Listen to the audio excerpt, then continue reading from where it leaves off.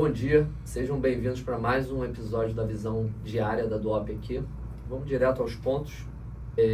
Ontem à noite, num discurso de tarde para o início da noite, o Trump veio com aquela retórica bélica dele numa postagem e acho que chamou a atenção de todos os jornais do mundo, porque ele botou que uma civilização inteira pode morrer essa noite.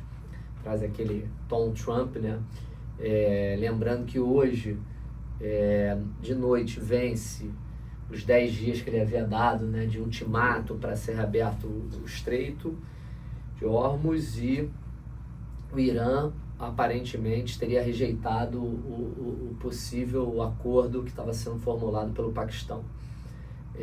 Aqui eu acho que vale um ponto importante, e aí só mais uma deixa antes de fazer esse comentário.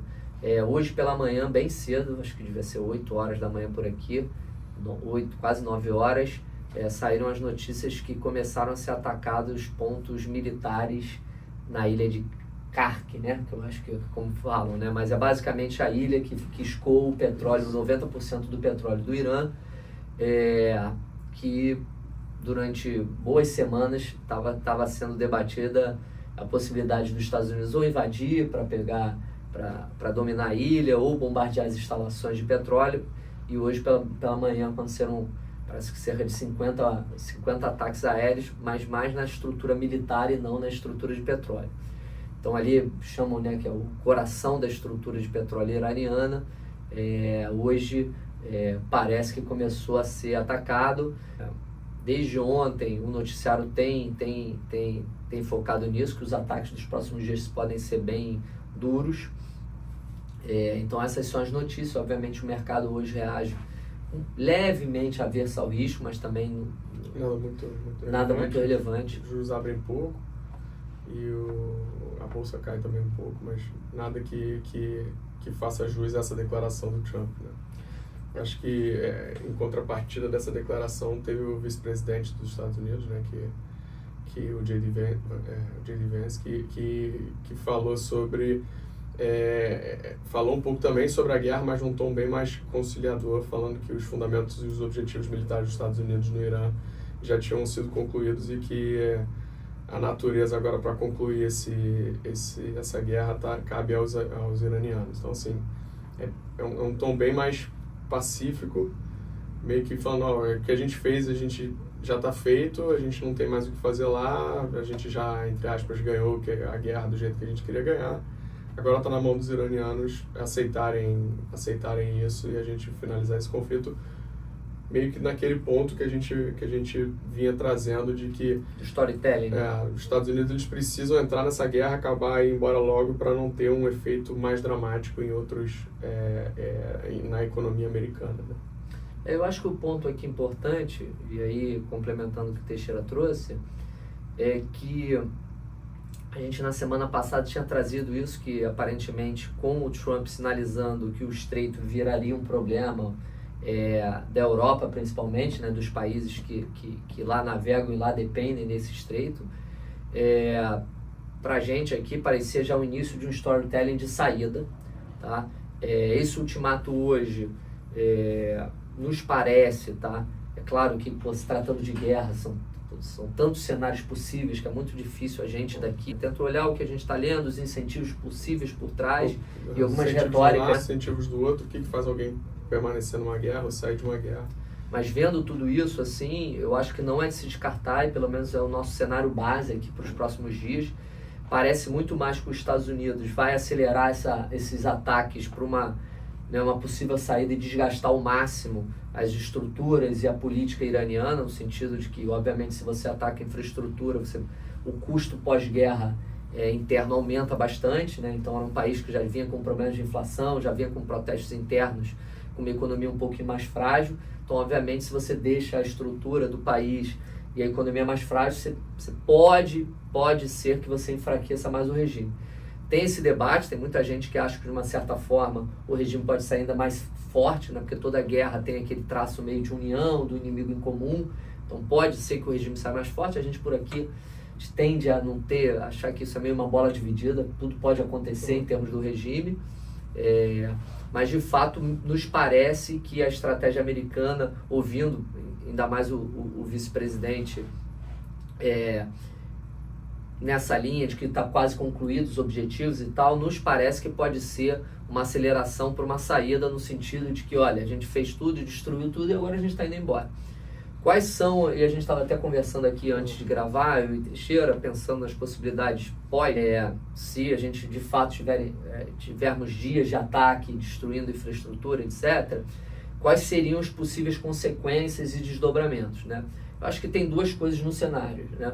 Tem a primeira, os Estados Unidos, aviso que ele concluiu e de fato sai e recua, e aí isso acontecendo, o Irã pode ou assinar algum termo de fato de trégua e a gente tem uma finalização do conflito, ou pode também acontecer algo que é bem possível, que os Estados Unidos diz que já fez a missão dele, mas o Irã fica bombardeando estrategicamente ali alguns lugares. Pontos e não volta a reagir a esse bombardeio americano, e a guerra ela não finaliza de fato, mas ela começa a tomar vai virando uma morna. O estreito ali, você começa a permitir passagem de algum certo número de navios, que hoje a gente já acha que a gente já vê alguns sinais de que já tem algum nível de navios passando ali dentro.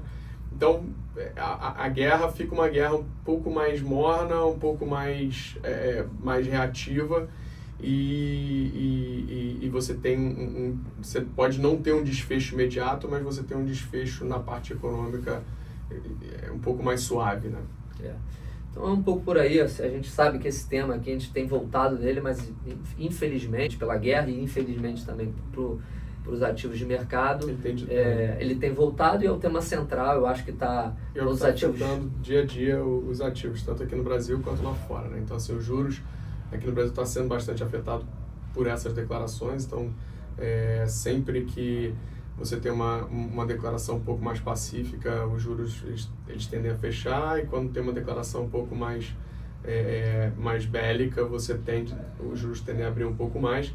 E isso vai para o nosso segundo tema do dia, que é a questão do nosso Banco Central e do Galípolo sendo um pouco mais precavido, com a queda de juros. Então, ele falou, o que a gente fez de começar a queda de juros, a gente de maneira suave foi assertivo, e agora a gente está meio que de mãos atadas, pode-se dizer assim, esperando o desfecho dessa guerra. Então, realmente o Banco Central ele também não tem uma visão do que vai acontecer, e ele fala, começar a queda de juros devagar foi assertivo. E aí isso é um pouco do que a gente vê aí no mercado, que a gente acha que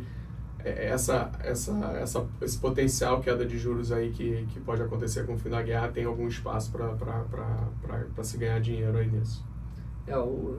Finalizando esse tema aí, só um ponto, eu acho que é isso que fez o Galípolo dar uma declaração um pouquinho mais cautelosa, que as expectativas estão piorando de inflação à frente. O conflito vai durando, a tendência é essa inflação ir se dissipando, entrando e preocupando cada vez mais. Então, a nossa visão aqui, que é um conflito que deveria durar menos de 2 meses, a gente tem cerca de 1 mês e 1 semana de conflito, então vamos lá, a gente tem 3 semanas ainda para ver se a gente acerta a nossa direção aqui. Isso acontecendo, a tendência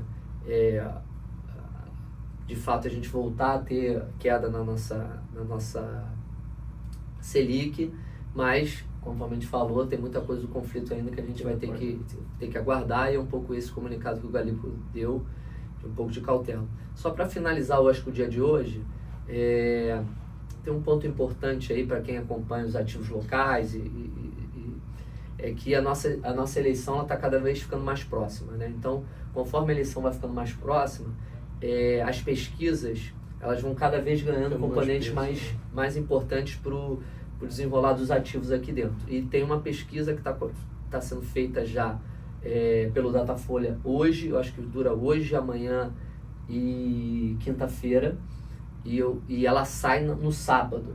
A gente conhecendo essas pesquisas internas, a gente sabe que na sexta-feira sempre vaza alguma coisa, então é capaz de na sexta-feira a gente já ver o mercado tendo algum comportamento um pouco diferente em razão dessa pesquisa que está na rua. Vai ser a primeira pesquisa com o nome do Ronaldo Caiado na disputa.